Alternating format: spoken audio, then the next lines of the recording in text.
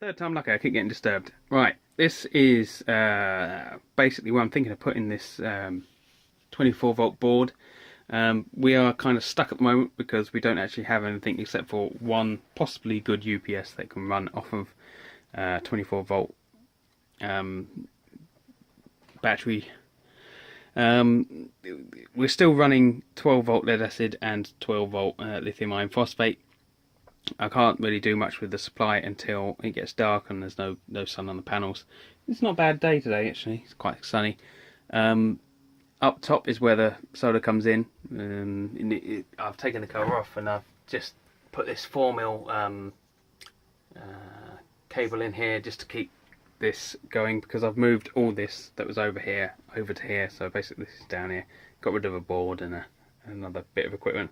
So what we got up here is 5 amp, which does the 180 watt panel on the Electrodacus's S-Beam S60, and we've got a 15 amp which does 380 watt panels on our lead acid bank. Also got a 10 amp fuse there with 280 watt panels on the shed over that way. So we're running two systems in one. We've got one fuse board in the middle. This is an old Wilex. It's even made of wood. That's how old it is. I've had this apart, so it's not gone back together. Nice switch came from China. That basically means we can isolate the load and put the other batteries on. So I'm going to pull that down. You shouldn't really do this on load. This is an offload switch, so you're going to disconnect all your loads first and then operate it. Operating this switch on load will damage the knives. Basically you've got on-load and off-load isolators or switches.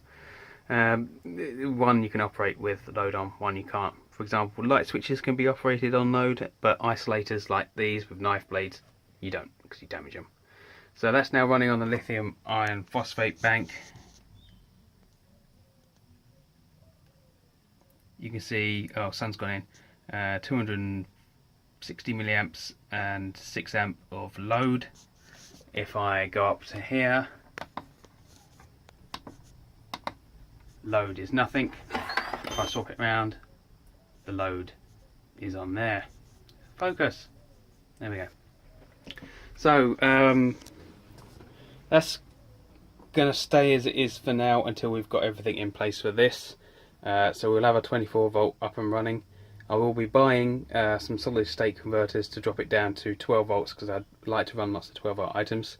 So for charging this, we're going to be using the Turnigy AccuCell 8. I think Julian Eilert had one of these, but it looked a bit small in the video. When this turned up, I was like, wow. So that will be charging up our thing. What's it? I was upset I couldn't actually use my SkyRC RS16 because that can pump a lot of current. And obviously that only does 6L, IMXB6 only does 6L, and the SkyRC B6 Mini, although it can do, it can charge, it can pump a higher current in, but that is still 6L. But that went pop ages ago, like I only had it a week. But the B6 guys, they just keep going. So yeah, we'll be using this to charge or top up whilst we're sorting things out. So obviously balance leads need to be attached. I haven't done the positive and negative takeoff or a fuse yet, so we're almost there. I've just got to do some fault finding on a couple of cells points which haven't made contact. I'll do a little short video of point-to-point testing on this. So yeah, we are currently running the 485 amp hour batteries, which are not, they're dying. 36 amp hour lead acid are all in circuit. Fuse board or distribution board for various items that goes in the middle, and the inverters up top. Need to get a decent 24 volt pure sine wave inverter. Also need to get the solid state things as I mentioned. More cells, some trunking, some hinges, and sort that out up there tonight. I think that is about it. I think we've covered it. We may as well run along these as we're here. So 16 amp just does the two inverters. I just had to put a temporary link in on some 1.5 flex. 16 amp should cover it, though it will get warm. That goes out to a couple of bilge pumps that I've got for moving water around. The 60 amp there does the little bench power supply down there, which needs some work to bring it back up. There's a blue one there which is meant to be 15 amp, which isn't. It's a 5 amp that does another pump. And the far right, the white one, does I think it does the 12 volt socket in the house and also the rainwater loo flushing system. So yeah, I've got another board to put up here which isn't wooden, so that will be going in sooner or later. That thing's just lasted forever. I never expected it to last so long.